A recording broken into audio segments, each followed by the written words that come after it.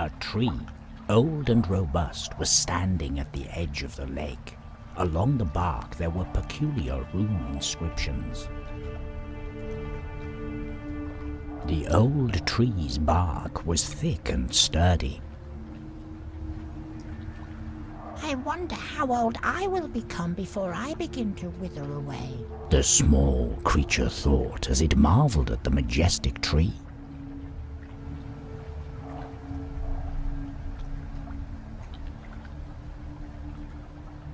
The stone was far too heavy for the creature to move.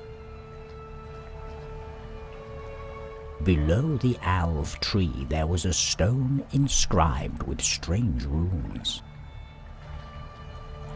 These runes look familiar somehow, the small creature thought as it moved its hand over the carved surface. Even during a night as dark as this one, the clear sky allowed the stars to shed their light on the small creature's surroundings. How wonderful it would be if they could shine like that forever, the small creature said to itself as it dreamily looked up at the night sky. No matter how hard it wished, the stars wouldn't come down to the small creature.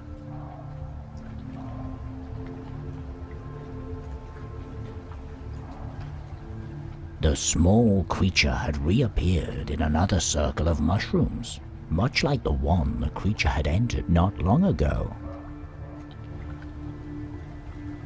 I guess there's no point in going back to the farm, the small creature stated with a determined nod. The mushroom caps felt soft and moist against the creature's hand.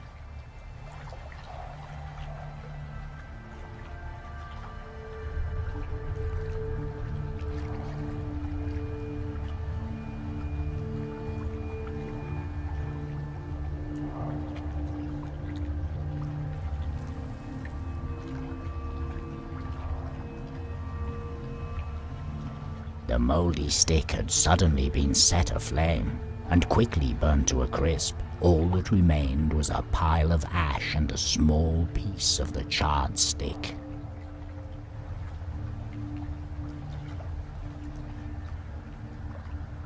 A group of Alvor had suddenly appeared up in the tree's canopy.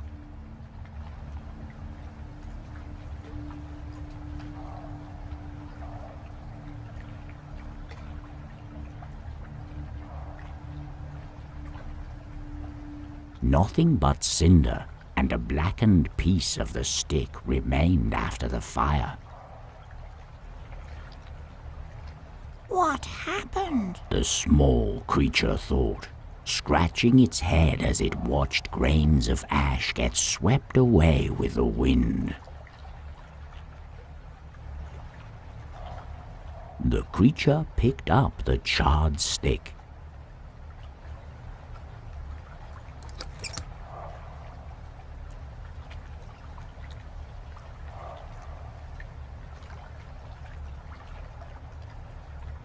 This surely is a beautiful place, but why did the Elf Queen send me here? The creature wondered as it looked out across the glimmering lake, doubting that there would be a place for someone such as it along its shores.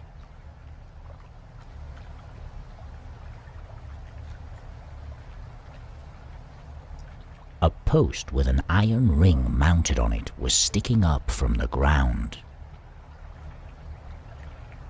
If I was big enough, I could put this on my finger, the small creature said with a shrewd smile. The small creature lifted the ring and let it fall down again with a thud. The lake was still, its dark water silently reflecting the foreboding tree line. The water looks awfully dark, the small creature said as it saw the rocks get swallowed up by the water over and over again. The small creature was tempted to enter the water, but hesitated at the last second. A frayed fishing net covered in fish remains had been washed ashore. Who would want to eat this? The small creature said with disgust as it removed a rotten fish head from the net. After getting entangled in the fishing net for a while, the small creature finally managed to pick it up.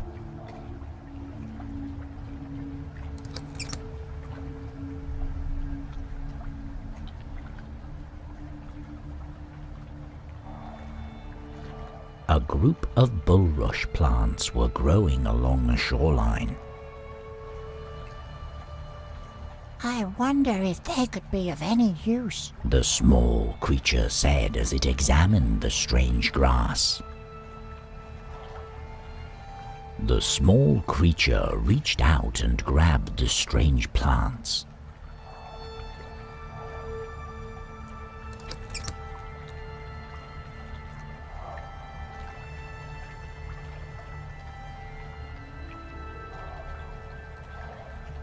A glass bottle was floating on the lake, not giving in to the small wave's attempts to bring it to shore. It looks like there is something inside of it. The small creature thought to itself as it fixated its eyes on the bottle. The water wasn't shallow enough for the creature to reach the bottle.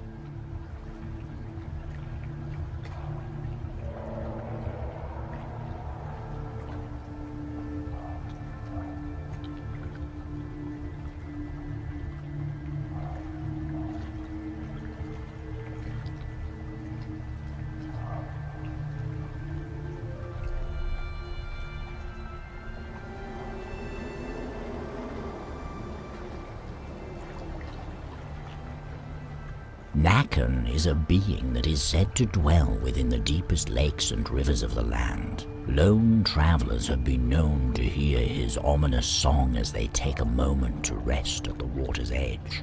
If they find themselves listening to his enchanting melody for too long, a strange urge to join him in the dark water instills itself in the unlucky traveler.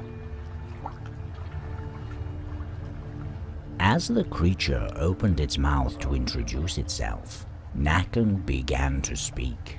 "Why, hello there, little one. Who might you be?" Nakan said with a charming smile. The creature began, but Nakan quickly interrupted. "Aren't you a talkative little one?"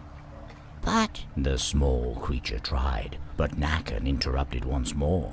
"Is there anything you can do besides staring like an imbecile?" Nakan continued, now with a snide smirk on his face.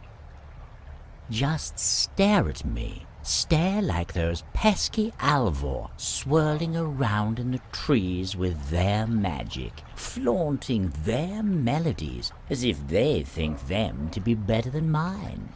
Preposterous! The lake is my domain, and mine alone. If only I could leave the water, I might be able to get a hold of their secrets," Nakan muttered as he stroked his chin in thought. "Anyway, my problems with the Alvor are none of your business. Why don't you use your tiny little feet and skip away out of my sight like a little bunny? Hop, hop!" Nakan exclaimed, making a waving gesture towards the small creature.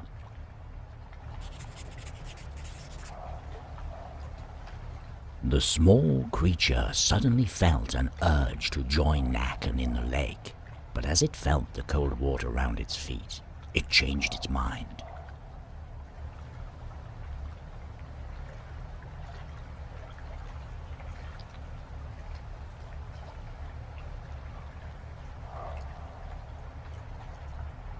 A hollow shell was lying on the ground.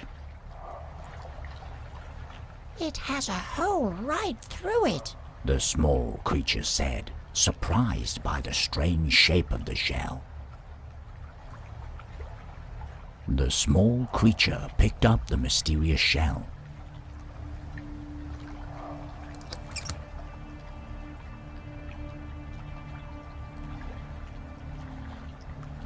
A row of nettles was blocking the small creature's path. I hope they aren't poisonous, the small creature thought to itself as it tried to find a way around the nettles. I knew I shouldn't have touched them, the small creature said, rubbing the rash on its hand.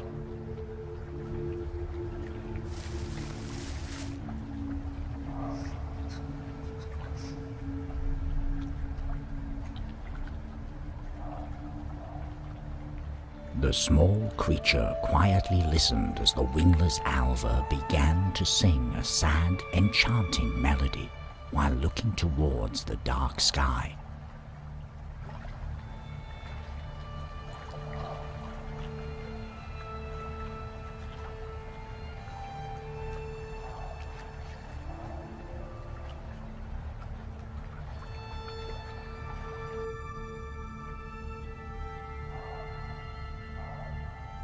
The natrum is always moving from place to place, searching for something not visible to normalize, unable to rest until it has found what it is looking for.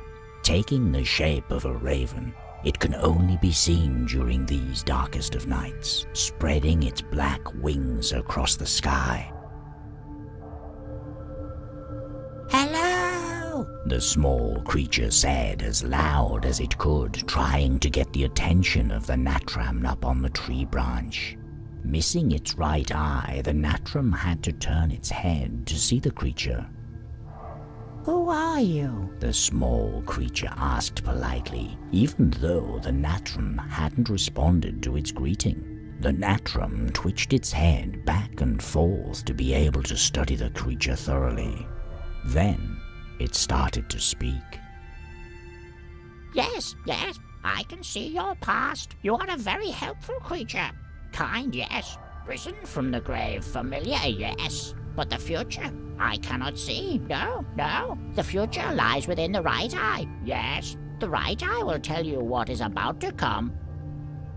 Once the right eye is back in the void, the future will reveal itself before your very eyes, yes. The natrum called out, clacking with its beak.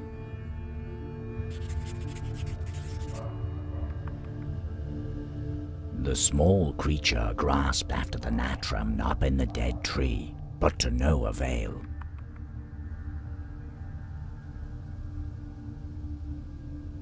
A hollow ash tree, dead and colorless, was standing near the well. At least the little ones have somewhere to live, the small creature said, watching a number of insects skitter across the bark. With just a faint touch, the bark cracked and fell down into the small creature's hand.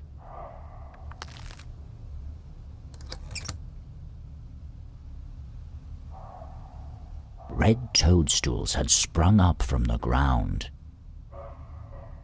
These mushrooms look different from the ones I've seen before, the small creature thought, studying them closely. The toadstool trembled slightly as the creature touched it.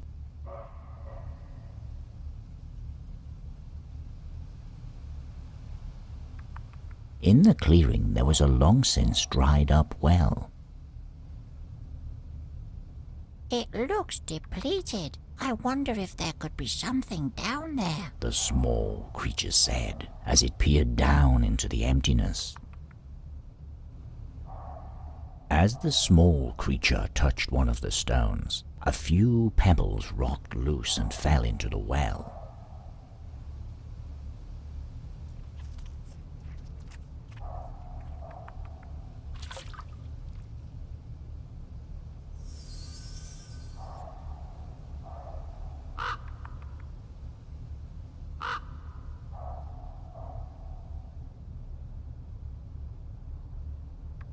In its escape, The snail had left a thin trail of mucus on the stones.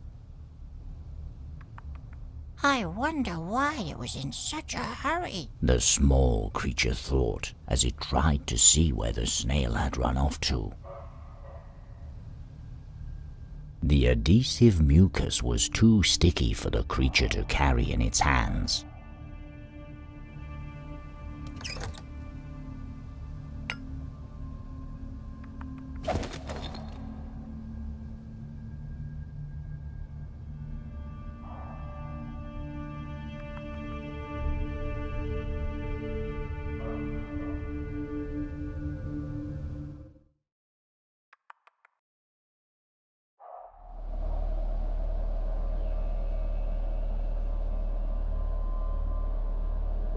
A shovel had been struck into the ground at the bottom of the well. Looks like someone has been using it for eating, the creature said as it flicked off some of the leftovers from the tip. After much effort, the small creature managed to pull the shovel out of the ground.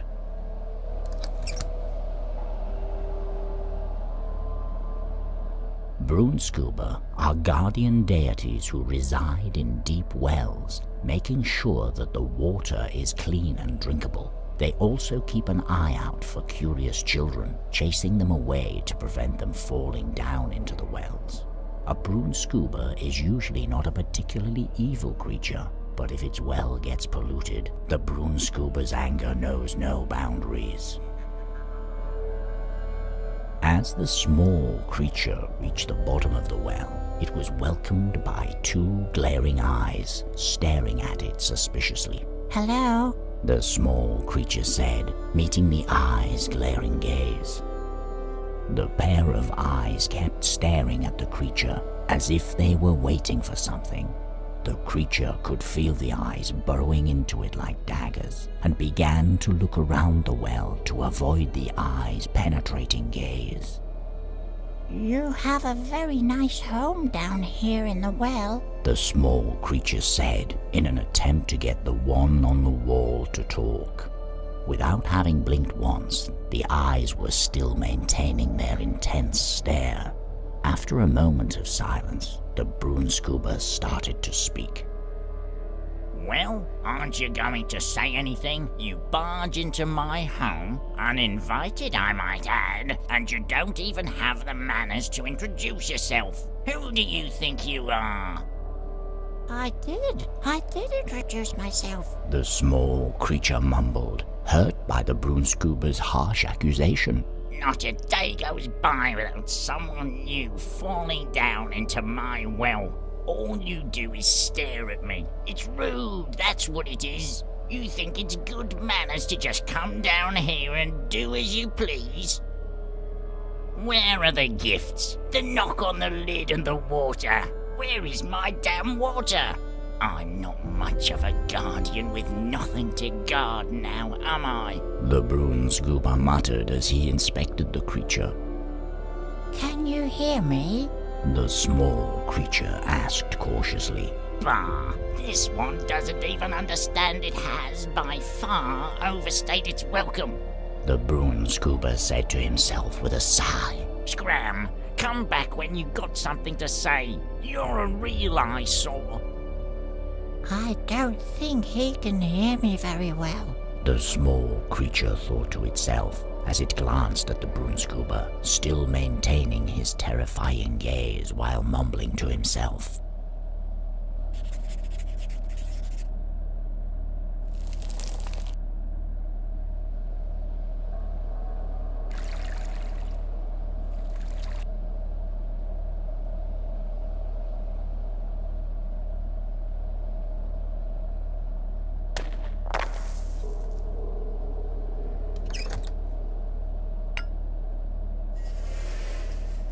Can you hear me now? The small creature asked as it placed the shell in the Brunskuber's ear. What? The Brunsgoober's fierce stare disappeared abruptly upon the surprising discovery. I haven't had any visitors speaking to me in a long time. Very well. Good manners is a rare thing these days. I suppose you could have one of the gifts I've been given over the years. Cherish it like I have, and you will surely find it useful one day. I will. Thank you. The small creature said with a humble bow.